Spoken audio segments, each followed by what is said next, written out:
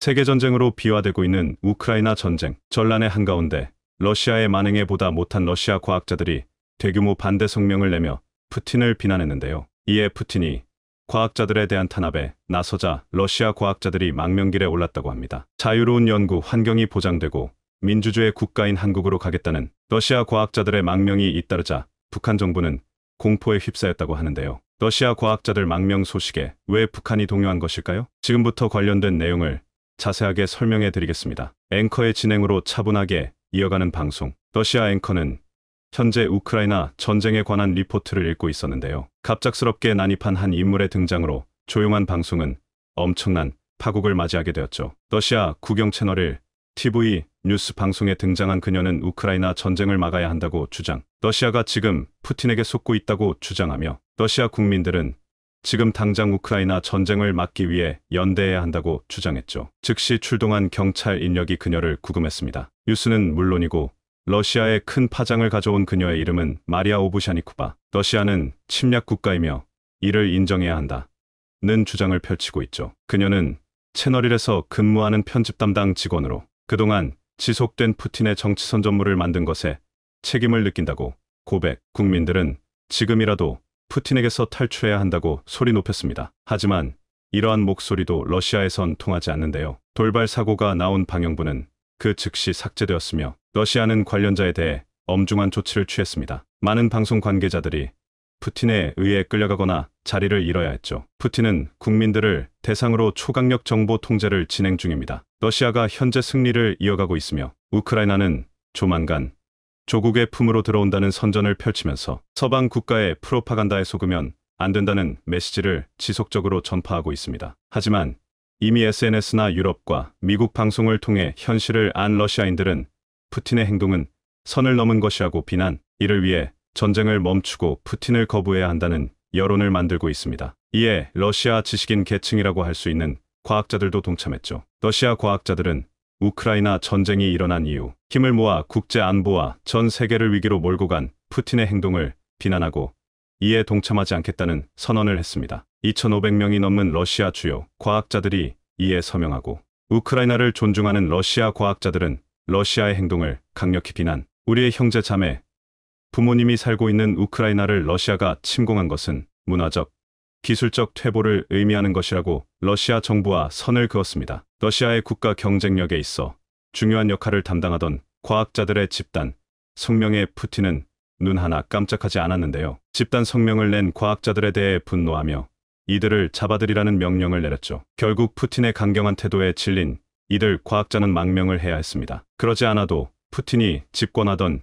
시기 서서히 과학자들에 대한 간섭과 견제가 심해졌습니다. 조짐은 2019년부터 나타났었는데요. 러시아 과학교육부는 과학인 해외교류 권고안을 제정. 모든 러시아 과학자들은 이 지침을 따를 것을 요구한 일이 있었습니다. 이 조치를 읽어본 과학자들은 경악을 금치 못했는데요. 러시아 과학자들은 최소 5일 전에 외국 과학자와의 만남을 정부에 알려야 하며 해당 모임에 참석한 과학자의 여권 사본을 반드시 정부에 제출할 것이 권고안에 담겨 있었죠. 당시 정부의 조치가 지나치다고 얘기하며 러시아 과학자들 사이에서 푸틴에 대한 분노가 끌어올랐습니다. 생명정보학 전문가 미하일 겔판드 박사는 이 지침을 따르지 않겠다고 말하며 창의적이고 사적인 접촉을 통한 연구는 과학의 기본을 흔드는 일이라고 주장. 러시아 과학자들은 단체 성명을 내며 정부의 통제를 비난하고 나섰죠. 러시아 정부 역시 이들의 강경한 입장에 한 발 물러났습니다. 러시아 당국은 권고안에 불과하다고 말하며 산업 스파이 문제가 대두되는 상황에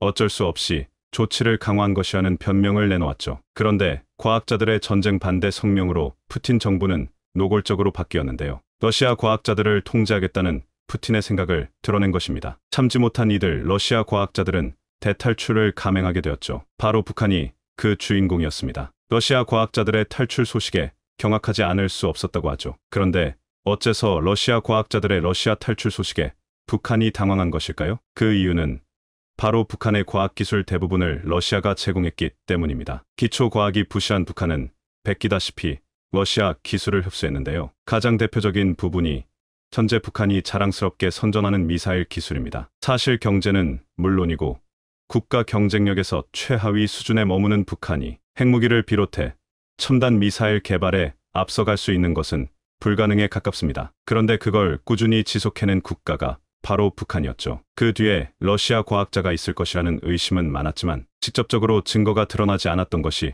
사실이었습니다. 그런데 탈북 과학자의 증언으로 이 사실이 밝혀진 것인데요. 북한에서 미사일 개발에 참여했다가 한국으로 도망친 과학자는 소련이 해체된 직후 25명가량의 연구원이 북한으로 들어와 미사일 개발에 역량을 쏟았다는 사실을 폭로합니다. 당시 1970년대 북한은 미사일을 자체 생산하고자 과학자들을 닥달했으나 기초과학이 부족했던 북한 수준으로는 흉내조차 못 내는 게 현실이었죠. 그런데 소련이 망하면서 소련 과학자들이 북한으로 넘어와 각종 기술을 지원한 덕분에 개발이 급속히 진전된 것입니다. 북한은 이 사실을 잘 알았기에 러시아 과학자들을 극진히 대접했습니다. 이후 2000년대 소련의 뒤를 이은 러시아가 북한에 있는 과학자들을 대상으로 높은 급여와 자리를 약속, 고국으로 돌아올 것을 요청했으나 북한은 이들을 붙잡기 위해 파격적인 혜택을 제공했죠. 개인 연구원에게 한 달 8,000달러라는 파격적인 금액을 약속, 게다가 북한 경제력으로 감당이 안 될 정도의 고가의 차량과 아파트까지 제공하며 이들의 마음을 붙잡는데 성공했습니다. 덕분에 북한 미사일 개발 수준은 비약적으로 상승했죠. 2017년 북한은 신형 엔진의 연소 시험 성공을 대외적으로 발표 이후 화성 12형 발사에 성공했다는 소식을 알리며 미국은 물론이고 러시아까지 경악할 만큼의 성과를 거두었습니다. 광 미군 기지를 훌쩍 뛰어넘을 사거리 5,000km의 미사일을 자체적으로 개발한 것입니다. 러시아는 결국 북한에 거주하는 러시아 과학자들을 인정. 이후 러시아는 북한이 요청한 과학자들을 보내주며 교류를 이어갔습니다. 이 결과 러시아 과학자들은 북한의 기밀 정보를 많이 취득하게 되었습니다. 북한이 현재 개발 중인 미사일의 수준부터 약점까지 다 알고 있죠. 그런데 러시아 과학자들 상당수가 러시아 정부의 전쟁에 반대하며 다른 국가로의 망명을 시도하게 되면서 문제가 복잡해졌습니다. 비밀 정보를 쥐고 있는 러시아 과학자들이 북한이 아닌 다른 국가 정확히는 한국을 망명지로 선택하고 있기 때문이죠. 정보 통제는 물론이고 과학자들을 무시하는 푸틴 대신 자유로운 연구 환경이 보장되고 첨단 연구 시설을 갖춘 한국이 이들 러시아 과학자들에게 매력적인 장소로 보인 것입니다. 북한 입장에선 자칫 잘못하다가 북한의 미사일 정보를 진 과학자들이 한국 손으로 넘어가는 걸 지켜봐야 하죠. 북한은 러시아 과학자들의 망명을 막기 위해 필사적이라고 하는데요. 그러나 이미 러시아의 눈을 피한 이들 과학자들을 추적하기 어려운 상황이라고 합니다. 최근 북한은 우크라이나 침공과 관련해 러시아를 공개 지지. 북한 외무성 대변인은 언론을 통해 우크라이나 사태의 발생 근원은 전적으로 다른 나라의 강권과 전횡을 일삼는 미국이라고 지칭하며 오히려 문제의 원인을 서방 세계에 돌렸죠. 당연히 러시아 과학자들 입장에서 북한으로 갈 명분이 더 없어진 상황. 반면 한국은 이들 과학자들에게 굉장히 매력적인 장소로 대두되었는데요. 한국 역시 북한처럼 러시아와 지속적인 교류를 통해 과학기술을 발전했는데요. 대표적으로 알려진 제품이 바로 김치냉장고입니다. 러시아 탱크 냉방에 사용되는 열전 소재는 러시아 과학자들의 작품입니다. 그동안은 군용으로만 이용한 이 소재의 가치를 깨달은 한국 과학자들이 국내 기업이 개발한 상품 중 소련 시절까지 포함해 러시아에서 개발되거나 러시아에서 사용된 발명품이 적지 않습니다. 비포장도로를 달리는 전차의 캐터필러부터 벌판과 도심의 레일을 달리는 전기기차, 그 외에 친환경 태양광 전지판이나 헬리콥터 등 다양한 분야에서 러시아 과학자가 아이디어를 내놓은 것들이 많은데요. 한국 과학자들은 이들의 아이디어와 기술을 배워 새로운 제품을 개발했고 이는 한국 기술의 성장으로 이어졌죠. 한국과의 협력을 기억하는 이들 러시아 과학자들 중 특히 우주과학 분야 인재들이 한국으로 넘어오고자 대사관을 통해 한국으로의 망명을 원한다고 하는데요. 실제로 무기 연구 및 생산을 도맡았던 모스크바 열기수련구소 소속 연구자 유리 솔로모노프는 러시아를 도망쳐 한국으로의 망명을 원했다고 합니다. 그는 러시아가 개발한 ICBM, 토폴의 중추 인력으로 알려졌는데요. 러시아와는 비교도 안 될 정도로 쾌적한 개발 환경에 감탄했다고 합니다. 그 외에도 많은 과학자들이 한국에 반해 이주 계획을 세우는 등 갑자기 한국이 이들 러시아인들의 유토피아가 되었습니다. 최근 소식에 따르면 미국 재무부가 제재를 가한 러시아인 2명 중 북한의 대륙간 탄도미사일 ICBM 개발에 깊숙한 개입을 한 인물도 한국 망명을 타진하고 있다는 소식이 타스 TACC 통신을 통해 알려졌죠. 북한의 비밀을 쥐고 있는 인재에 잇따른 한국 입국 소식에 북한은 더욱 긴장을 늦추지 못하고 있습니다. 한국은 우크라이나 전쟁 덕분에 손쉽게 과학 인재는 물론이고 북한의 기밀까지 모조리 파악할 수 있게 된 상황. 한국에게 그야말로 엄청난 기회가 찾아왔는데요. 다시 없을 절호의 기회를 한국이 잘 붙잡길 바라며 그동안 꽁꽁 숨겨왔던 북한의 미사일 기술력을 속속들이 파악할 수 있기를 기원해보겠습니다. 지금까지 한국을 상대하던 왕이 외교 정치국원이 외교부장으로 다시 전격 컴백을 했습니다. 한 달간 보이지 않던 친강 외교부장이 결국에는 해임되었고 왕이 정치국원이 다시 임명된 겁니다. 그런데 이는 분명히 이상한 일임에 들림이 없는데 아미 정치국위원 자리가 더 높은 자리이기 때문입니다. 중국 고위급 인사에서는 몇 가지 불문율이 관례처럼 이어지고 있는데 외교부장을 한 번 했던 사람을 다시 한번 외교부장을 시키는 일은 매우 드문 일입니다. 그러나 홍콩의 SCMP에 따르면 상급자를 그 자리에 다시 앉힌 당국의 후속 조치는 오히려 전통적인 관례를 따른 것일 수 있다는 것이며 중국은 급히 소방수 임무를 맡기려 했다는 겁니다. 중국이 2003년 사스 당시에 초기 대응 실패가 있자 장원캉 위생부장을 즉시 해임하고 후임으로 더 고위직이자 철랑자라 불리는 우이 부총리를 임명했다는 겁니다. 해당 보직이 매우 중요한 경우 오히려 상급자를 임명해 더욱 일이 잘 되게 하겠다는 공산당식 교본입니다. 실력자를 앉혀 일을 해결한다는 공산당식 교본. 그러나 그 내부에는 전혀 다른 면을 내포하고 있다고 전해지고 있습니다. 친강 외교부장이 밀려난 것은 이성 문제 등 사생활이 주요 원인이라고 판단되고 있습니다만 중국 내부적으로는 전랑 외교의 아이콘인 친강 외교부장이 너무 강한 언행에 부담을 대려 느꼈다는 겁니다. 친강 부장은 시진핑 주석의 총애를 받으며 초고속 승진을 해왔는데 시 주석의 컬러와 잘 맞았기 때문이죠. 그는 국위를 힘으로 관철시키는 전랑 외교를 폈고 미국에 대항해서도 거친 언사를 망설이지 않았습니다. 시 주석은 1대1로 등 중국의 힘을 마음껏 펼치자는 주의라서 친강 외교부장이 적임자였다는 겁니다. 하지만 현재 중국의 현실은 매우 암울한데 갈수록 중국에 대한 반감이 세계적으로 커지기 때문입니다. 미국의 퓨리서치 센터에 따르면 전 세계 24개국 대상 설문조사에서 중국에 대한 부정적 의견이 늘었습니다. 일본은 87%로 압도적인 1위, 한국, 호주, 미국 등도 모두 80%를 넘어 부정적인 인식이 최고를 기록했습니다. 그런데 문제는 중국의 우방국이자 정치, 외교, 경제의 궤를 같이 가져가는 BRICS조차 부정이 늘었다는 겁니다. 인도는 중국과의 국경 문제 등으로 최악으로 치달았고 남아공, 브라질도 10% 이상 부정 반응이 늘었습니다. 이는 중국의 힘에 의한 외교가 분명 잘못된 방향으로 설정되고 있음을 뜻하는 것입니다. 미국이 패권을 유지하는 데 있어서 가장 중요한 요소가 바로 동맹에서 나오는 힘인 것을 고려해 볼 때 중국은 갈수록 중국을 지지하는 세력이 사라지고 오히려 고립되는 차원으로 향하고 있다는 겁니다. 특히 최근 들어 중국은 한국과 일본 등 주변국을 향해 중국의 말을 잘 들어야 한다는 취지의 조치를 취했습니다. 이번 달 실제 중국은 첨단 소재 수출 규제라는 강수를 두고 있던 것으로 파악되었습니다. 로이터 통신은 4일 복수의 소식통을 인용해 중국 상무부가 이번 주 갈륨과 게르마늄 공급 업체들을 불러 수출 통제에 대한 후속 조치를 논의할 것으로 알려졌다고 보도했습니다. 이러한 상황이 진행되면서 전 세계 갈륨과 게르마늄 공급 업체들은 초비상이 걸린 모습인데요. 관영환구시보는 중국 당국의 수출 통제 조치 발표로 여러 나라 기업이 수출 허가를 신청하거나 중국 업체에 접촉해 사재기를 준비하고 있다고 전했습니다. 중국 당국은 기업이 갈륨, 게르마늄 관련 물질을 수출하고자 할 경우 신청서 제출 후 심사 허가 절차를 거치도록 했는데 중국의 공장을 운영 중인 미국 반도체 웨이퍼 제조업체인 AXT가 수출 허가 절차를 밟겠다는 의사를 밝힌 것으로 알려졌습니다. AXT 최고 경영자 CEO 모리스 영은 우리는 적극적으로 필요한 수출 허가를 얻으려 하며 고객사 혼란 가능성을 최소화하기 위해 일하고 있다고 말했습니다. 또 중국의 한 게르마늄 생산업체 관리자는 유럽, 미국, 일본 바이어들로부터 수출 통제가 발효되기 전에 제품을 비축하고 싶다는 문의를 받았다고 전했습니다. 후시진 전 환구시보 총편집장은 자신의 웨이보 계정에 올린 글에서 갈륨과 게르마늄 수출 제한은 중국의 강력한 대응책이 될 것이라며 미국이 중국의 공급망을 교란하기 위해 동맹국을 규합하는 가운데 그들도 우리가 대가들 치르게 할 능력이 있다는 것을 알아야 한다고 주장했습니다. 이어 이번 조치가 한 번에 승리하는 것에 도움이 되지는 않겠지만 중국의 공급망을 교란하는 자는 누구든 문제와 번거로움에 직면하게 될 것이라는 강력한 신호를 보냈다.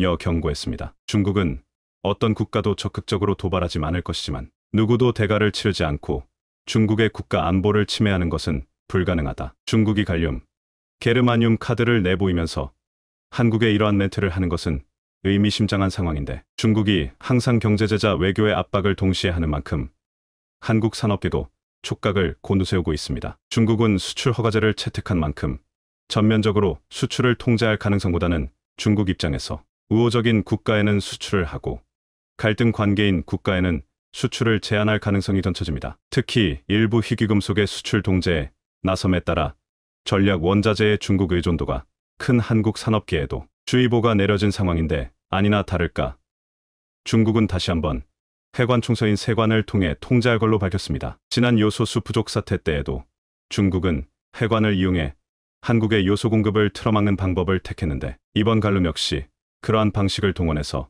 한국의 주요 원자재를 제재한다는 뜻이기도 합니다. 하지만 이제 그러한 강성 외교가 더 이상은 통하지 않는다는 국면이 지속되고 있는 상황입니다. 중국의 첨단 산업이 고사할 큰 위기에 처해 있으며 중국의 부동산 위기는 갈수록 심해지고 있습니다. 그러한 맥락 가운데 우선 왕이 부장은 이러한 사태를 급하게 진정시킬 소방수로 부임했다는 것인데요. 실제 왕이 부장은 한중일 대화의 차관급 대화를 급히 제안하는 모습도 보였습니다. 한중일 대화는 일반 간부급 협의에서 외교장관 회담, 정상회담으로 이어지는 게 일반적인 형태인데, 차관급 이상으로 올리면서 한중일 관계를 복원하고 미국 일변도의 관계를 극복하려는 모습을 보입니다. 그런데 이 가운데 중국은 이제 경제 위기를 한국에 투자를 함으로 인해 극복하려는 모습을 보이는데요. 사실상 한국에 항복하는 국면으로 그만큼 중국이 매우 급한 상황임을 보여주고 있다는 겁니다. 블룸버그 통신에 따르면 중국 배터리 관련 기업들이 미국 시장 진출을 위한 관문으로 이용하고자 한국에 잇따라 큰 금액을 투자하고 있다는 깜짝 놀랄 소식이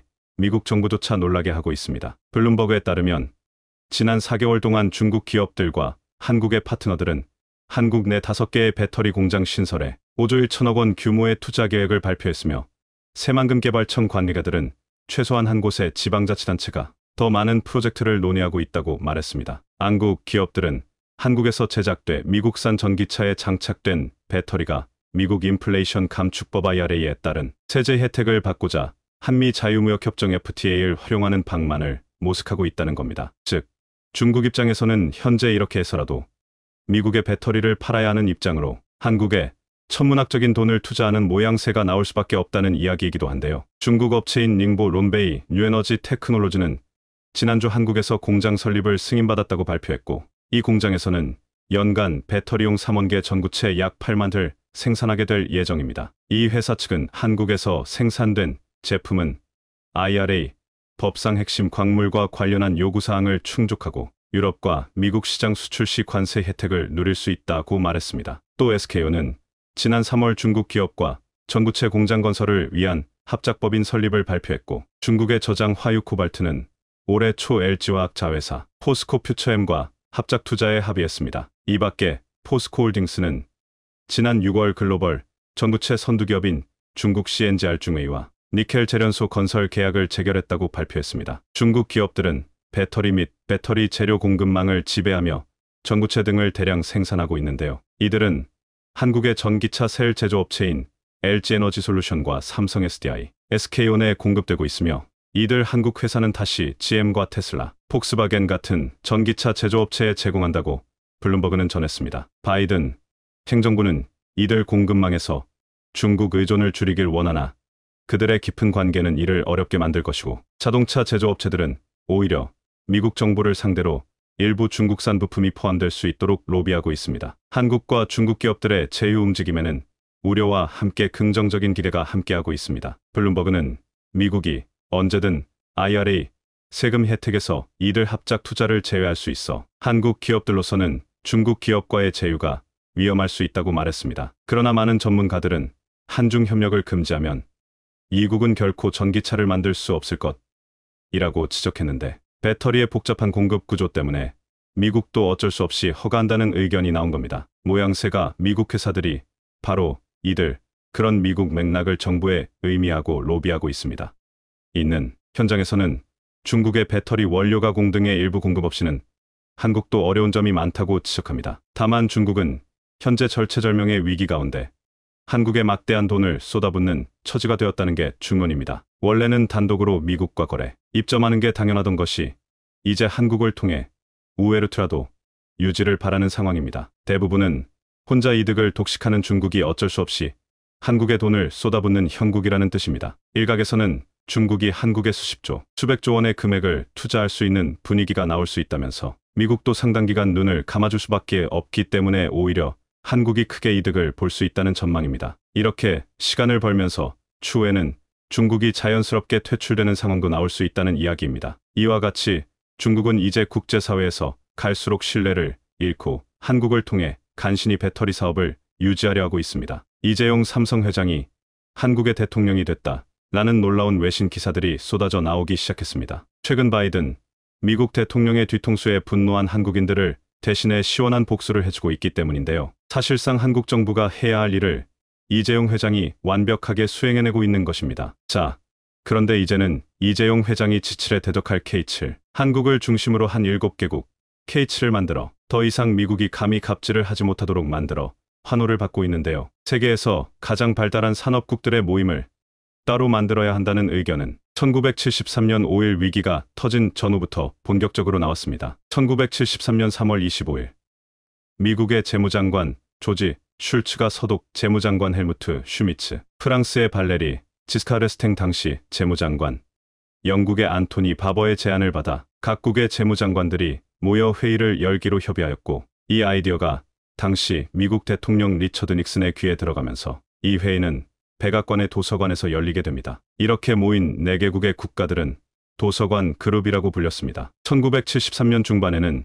슐츠 장관이 일본이 도서관 그룹에 새롭게 추가될 것을 제안하였고, 이 제안을 나머지 3개국이 동의하면서 일본이 새롭게 가입하게 되었습니다. 이때부터 미국, 일본, 독일, 영국, 프랑스 이 5개국이 모여 회의를 열었으며 이를 지오라고 불렀습니다. 이후 캐나다와 이탈리아가 차례로 합류하면서 그룹 업 7 현재의 G7이 완성됐습니다. 자, 그런데 한국은 이미 G7 중 이탈리아의 GDP를 추월했고, 최근에는 미래의 가장 유망한 산업으로 꼽히는 2차 전지 분야에서 핵심 부품인 양극재와 음극재, 여기에 배터리 완성품까지 한국이 전 세계 공급망을 싹쓸이하며 압도적인 세계 1위로 등극했습니다. 뿐만 아니라 최근 몇 년 동안 선진국 중 가장 빠른 무기 수출 성장률을 보이며 세계 최고의 첨단 무기 제작국으로 거듭한 데다 조선, 전기차 분야에서도 세계 최고라 평가받고 있죠. 이미 한물간 캐나다, 독일, 영국, 일본,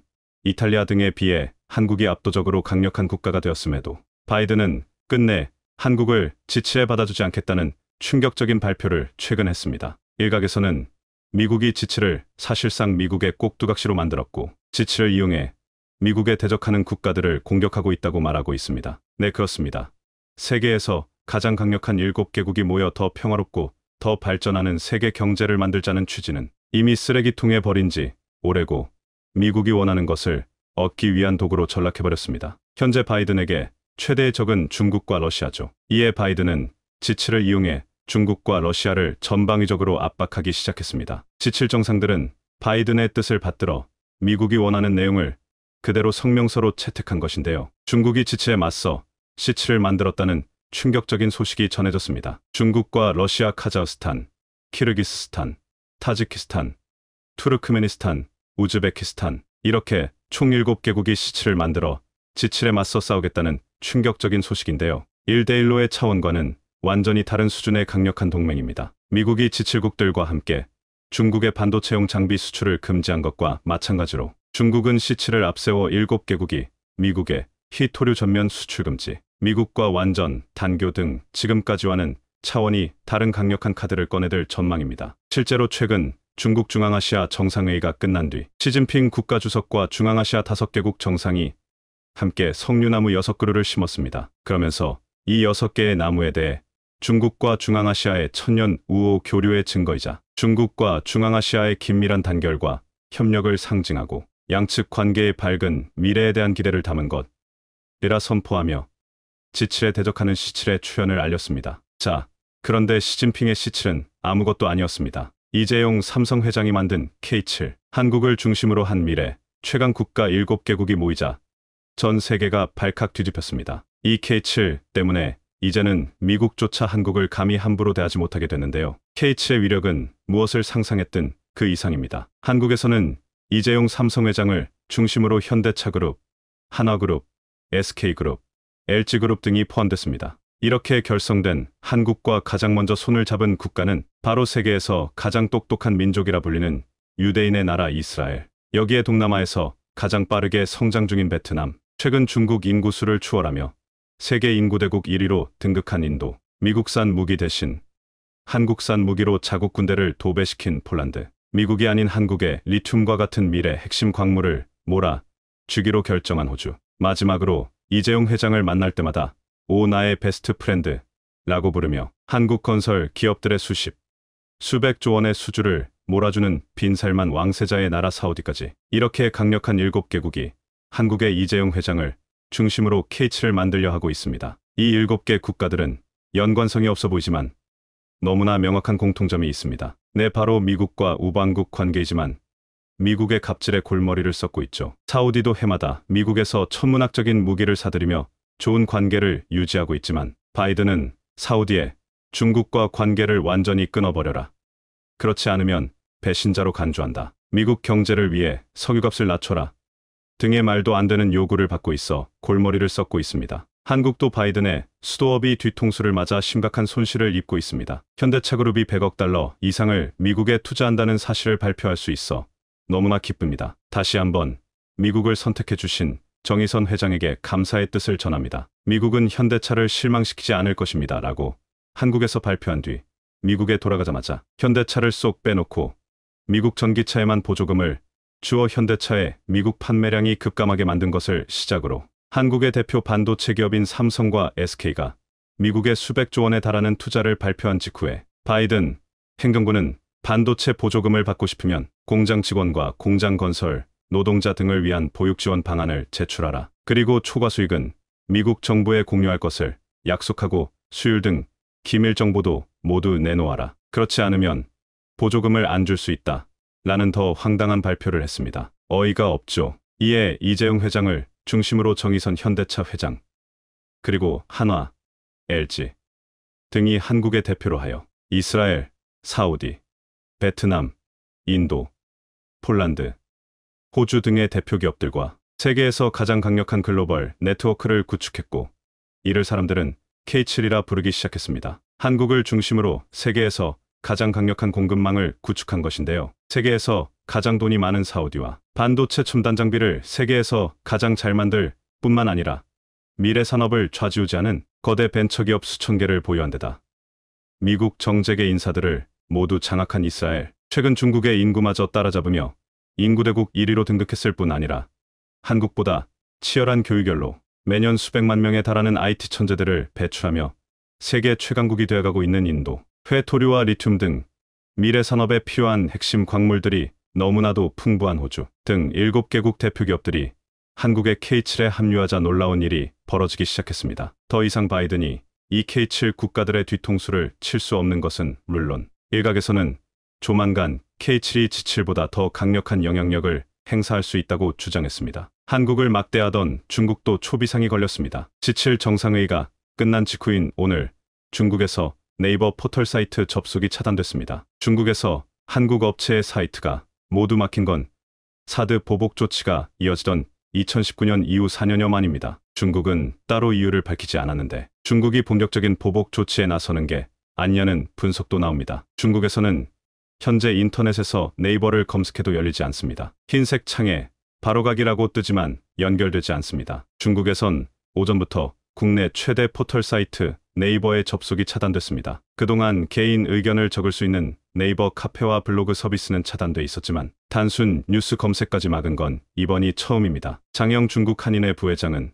갑자기 네이버 접속이 안 되니까 황당했고요. 물어보시는 분들도 계셨는데 저희도 답답한 상황이라고 호소했습니다. 사드 보복 조치 이후인 2019년 1월 포털 사이트 다음 카카오가 차단된 이후 4년 4개월 만에 한국 사이트가 모두 차단된 셈입니다. 중국에선 이미 구글, 야후 등 해외 주요 포털은 만리방화벽에 차단됐습니다. 중국 당국은 네이버 차단 관련 어떤 입장도 내놓지 않고 있는 상황인데요. 최근 중국 정부가 중국 내에서 삼성 제품을 사지 말라고 종용하며 삼성의 중국 내 점유율을 확 깎아놓은 것을 미루어 봤을 때 이번에도 보복성 조치라고 밖에 해석할 수 없습니다. 최근 중국이 미국의 마이크론 제품에 대한 수입을 금지해버린 초강수를 띄운 가운데 한국의 삼성과 SK하이닉스 제품 수입 금지를 다음 타깃으로 삼을 수 있다는 소식도 전해지고 있는데요. 그동안 중국이 삼성전자와 SK하이닉스 한국 공장 앞에 헤드헌터를 파견해 한국 인력을 빼가기 위해 3터부터 4배 연봉을 제시한 것이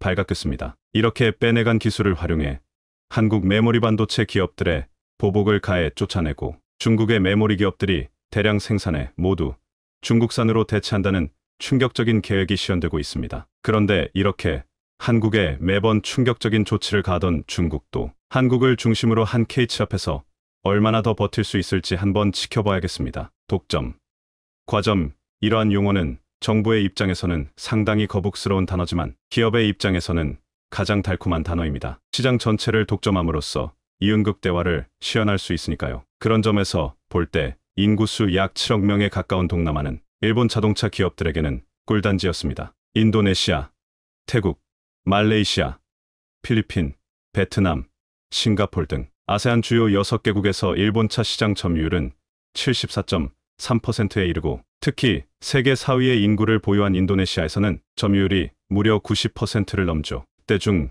9대가 일본 브랜드라는 이야기입니다. 일본차는 전통적인 자동차 강국인 미국이나 독일보다 저렴하지만 잔고장이 없고 성능도 뛰어나 가성비에 있어서 최고로 꼽혔죠. 1960년대까지만 하더라도 유럽과 미국 자동차 브랜드가 장악했던 인도네시아 시장을 일본은 1970년대부터 공략하기 시작해 90년대에 이르러 완전히 장악해버렸는데요. 이렇게 동남아시아부터 시작해 세계 시장을 차근차근 점령하던 일본차는 세계에서 가장 큰 시장인 미국 시장에도 안착했습니다. 그런데 미국 내에서도 약 40%에 달하는 점유율을 자랑하는 일본차가 미국 정부로부터 입항을 거절당한 적이 있습니다. 약 4,000대의 일본차를 싣고 미국으로 향하던 선박을 입항 거절시킨 것인데 이 자동차들은 고스란히 한국으로 와서 폐차되는 수모를 겪었죠. 일본차 4,000대는 왜 입항 거절당하고 먼 길을 돌아 한국 폐차장까지 오게 된 것일까요? 지난 영상에서 일본 조선사가 건조하고 일본 용선사가 운용하던 자동차 운반선 사고에 대해서 다퉜었습니다. 1년 사이에 무려 2번이나 자동차를 홀라당 태워먹었는데 2022년 2월 대서양의 포르투갈령 아도레스 제도 앞바다 부근에서 펠리시티, 에이스 펠리시티, 에이스 호는 람보르기니, 벤틀리, 포르쉐 등 고급차 수천 대를 싣고 가다 화재가 발생해 차량이 전부 전소됐죠. 수천억 원에 달하는 선박 또한 화재에 불타면서 미쓰이, 오, S, K, 라이네모엘은 1조 원에 가까운 손실이 발생했습니다. 그리고 1년 뒤에는 네멀란드 아멜란드 섬에서 26km 떨어진 해역에서 또 다른 화재 사고가 발생했습니다. 이번에는 일본 용선사 슈에이 기센쇼의 케에슨이 운용하던 18,500톤급 프리멘틀 하이웨이 풀만틀 하이웨이 독일 브레멘항을 출발해 이집트 포트사이드로 향하던 중 통제불능의 화재가 발생해 선박에 실렸던 차량 4,000대가 전부 불탔습니다. 일본 조선사가 건조하고 일본 용선사가 운행하던 선박이 1년 사이에 2번이나 선박에 실렸던 자동차를 전소시키면서 일본 선박에 대한 전반적인 불신이 생길 수밖에 없었는데요. 사고의 원인이 전기차 리튬이온 배터리 때문이라고는 하지만 어쨌든 고객사 입장에서는 또 이용하기에는 상당히 불안할 수밖에 없죠. 그런데 2020년에도 사고가 있었습니다. 이번 사고는 좀 특이했는데 왜냐면 한국이 그 뒷감당을 해야 했기 때문이죠. 코로나로 전 세계가 떠들썩하던 2020년 5월 통영광도면 안정항에는 요상한 배 한 척이 정박했습니다. 신세리티, 에이스 신세리티, 에이스라고 쓰인 대형 운반선 한 척이 정박했는데 아무리 봐도 외형이 이상했습니다. 새까맣게 불에 그을린 데다 잔뜩 녹까지 슬어 있었던 것이죠. 그런데 이 배에는 사연이 있습니다. 그로부터 2년 전인 2018년 12월 31일 일본 요코하마를 떠나 미국으로 향하던 57,000톤급 자동차 운반선 신세리티 에이스호는 닛산 자동차 3,800대를 태우고 하와이 호놀룰루로 향하고 있었죠. 하지만 하와이 앞바다 3,200km 지점에서 원인을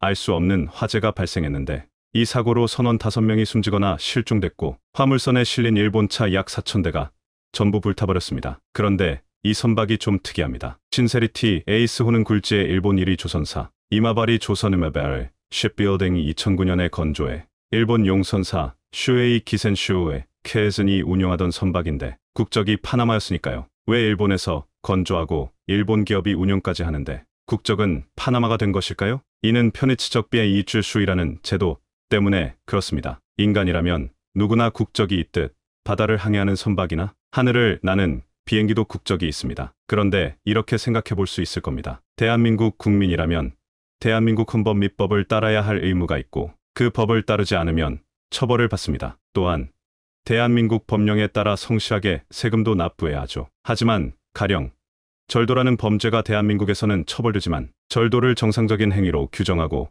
처벌하지 않는 국가가 있고 제가 그 국적이라면 처벌받지 않을 겁니다. 이런 관점에서 본다면 선박의 국적이 파나마라면 파나마 법에 따라 세금도 납부할 것이고 세금을 면제해준다면 세금을 내지 않아도 될 겁니다. 그래서 국가 간 법령 그리고 세금 체계가 달라서 생겨난 것이 편의치적 제도입니다. 영어로는 편의상 국적을 취득한다는 의미로 FOC의 Flag of Convenience 편익이나 Open Registry 개방 등록으로 부르기도 하죠. 그러니까 일본에서 건조되었고 일본 용선사가 운용하지만 선박의 국적을 파나마로 선택한 겁니다. 파나마는 이러한 편의치적을 통해 상당한 세금 혜택을 부여하니까요. 어쨌든 이렇게 신세리티 에이스는 하와이 앞바다에서 일산자동차 약 4,000대를 운반하다 사고가 발생했는데 문제는 여기에서 발생합니다. 일본 용선사 슈에이 기센의 손해보험사가 선주와 선사, 화주 등에 대해 1,000억 원이 넘는 손해배상을 모두 끝냈는데 보험사가 대위권을 행사한 겁니다. 손해보험에 있어서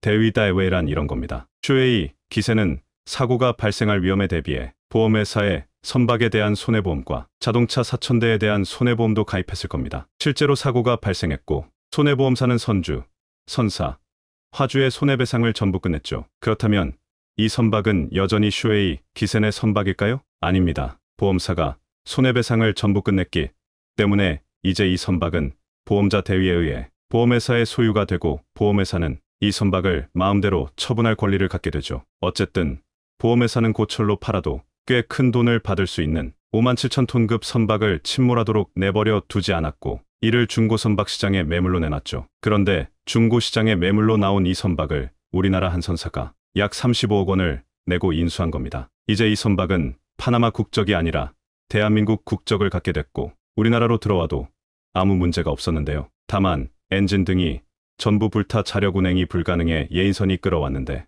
울산, 마산, 여수, 목포 등에 입항하려 했지만 허가가 떨어지지 않아 남해안 일대를 거의 한 달가량 배회해야 했습니다. 그러다 예인선의 연료가 떨어져 자자 선주가 해경에 긴급 구조를 요청하며 통영으로 입항하게 된 것이죠. 선박이 통영에 입항하자 관세청, 해양수산부, 해경 등 관계기관은 말 그대로 난리가 났습니다. 왜냐면 화불선이야 고철로 해체해서 팔면 되지만 선박에는 불에 탄 자동차 4,000대가 함께 실려 있었기 때문입니다. 우리나라는 불에 탄 자동차의 국가 간 이동을 엄격히 제한하고 있습니다. 이는 국제협약 때문인데 불에 탄 자동차에는 폐타이어도 있고 브레이크액도 있고 부동액도 있고 폐배터리도 있습니다. OECD는 이들을 전부 황색 폐기물로 분류해 국가 간 이동을 금지시키고 있으며 양국 정부의 승인이 있어야만 이동이 가능합니다. 결국 57,000톤짜리 선박을 계속 세워둘 수도 없어 1년 만에 환경부가 자동차에 대해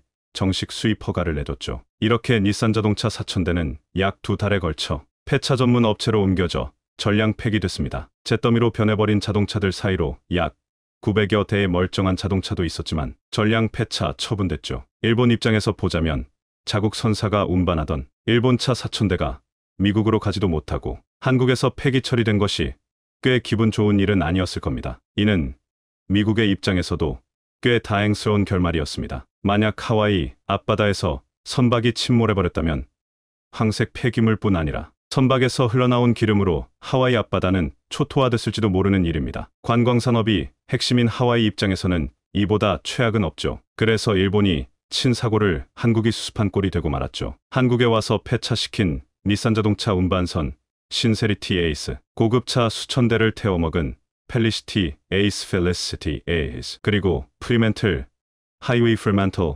하이웨이의 공통점은 전부 자동차 운반선이라는 점, 그리고 일본 조선사가 건조해 일본 용선사가 운용하던 선박이라는 공통점이 있습니다. 사실 이 모든 사고의 원인이 선박의 결함이라고 볼 수는 없겠지만 이 외에도 일본 선박이 일으킨 사고는 손에 꼽을 수도 없습니다. 특히 2013년 6월 인도양에서 발생한 MOL 컴포트 호우 사고는 선체 균열로 선박 중간이 뚝 하고 끊겨버리는 초대형 사고를 쳤죠. 미쓰비시 중공업이 건조한 이 선박 사고는 명백한 선박 결함으로 확인됐습니다. 그런데 원래 일본 조선업이 이 정도 수준은 아니었습니다. 한때 바다를 떠다니는 선박의 절반 이상이 일본에서 건조했던 화양연화 화양량화의 시절도 있었죠. 그렇다면 일본 조선업은 도대체 언제부터 이렇게 나락으로 떨어진 것일까요? 선박을 만드는 조선업은 나라 경제에 직접 영향을 미치는 고용 창출 효과와 더불어 전후방산업 동시성장 효과, 그리고 높은 외화가 등률 등 장점뿐인 산업이기 때문에 많은 국가들의 선망 산업입니다. 하지만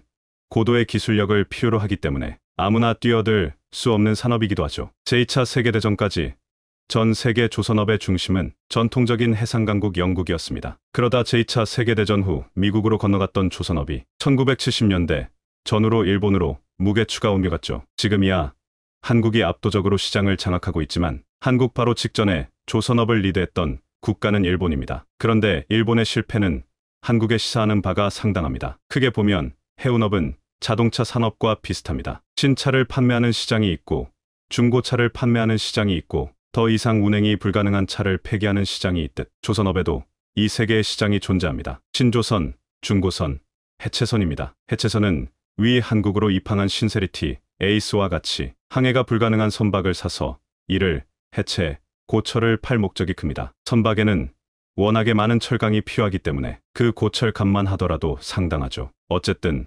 1970년대 일본은 신조선 분야에서 강세를 보였는데 전 세계 발주 선박의 절반이 일본에서 건조됐을 만큼 선진 기술력으로 독점에 가까운 지위를 누렸었습니다. 그러다 제1, 2차 석유파동이 터지면서 일본 정부는 조선업을 저물어가는 산업으로 보고 구조조정을 시작하는데요. 5.1파동을 겪은 이상 앞으로는 전 세계 어떤 선주도 새롭게 선박을 발주하지는 않을 것이라며 설비 감축과 설계 인력 감축을 해결책으로 제시했습니다. 소위 조선합리화 정책이라는 이름으로 도크의 절반을 줄이고 핵심 설계 인력들을 내보내라고 압박한 겁니다. 그리고는 표준 선형을 개발시켰죠. 즉, 선박의 표준을 정의 틀에 박은 듯 똑같은 선박을 만들자는 겁니다. 발주사의 요구에 맞추는 것이 아니라 먼저 정형화된 선박을 만들면 발주사가 그걸 살 것이라 생각했습니다. 그런데 이는 치명적인 오판입니다. 자동차의 경우 화부를 싣고 안전하게 목적지에 도달하는 것이 목적이니 공장에서 찍어내듯 똑같은 모양으로 만들어도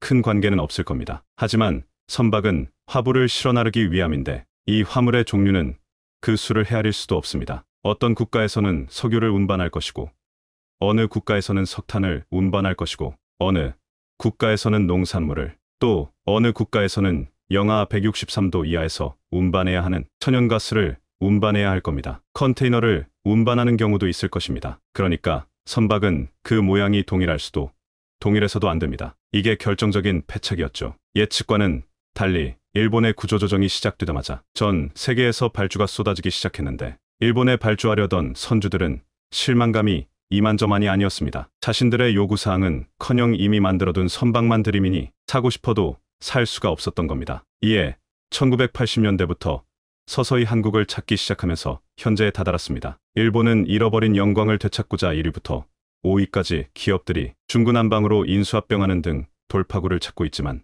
일본이 다시 예전의 왕좌를 찾기는 어려울 겁니다. 조선업이 더 이상 성장 산업이 아니기 때문에 젊은이들은 조선업계로 취업을 꺼리고 가장 확실한 인재를 키워내는 대학교들이 앞장서 조선학과를 폐지시키면서 젊은 설계 전문가들이 조선업계로 유입되지 않습니다. 현재 일본 조선업을 이끄는 머리가 희끗하신 나이 많은 엔지니어들이 은퇴하고 나면 이제 일본에는 조선업이라는 명맥이 아예 끊겨버리는 겁니다. 혁신을 기대하는 것 자체가 어불성설인 것이죠. 현재 전 세계 조선업은 한국이 장악했고 LNG 추진선이나 메탄올 추진선과 같은 선박들은 비교적 새로운 선박이기 때문에 젊은 엔지니어들의 번뜩이는 두뇌와 아이디어가 필요합니다. 한국도 일본처럼 실패하지 않으려면 현실만 볼 것이 아니라 부단한 투자와 노력이 병행되어 끊임없이 젊은 피를 수혈해야 하지 않을까요?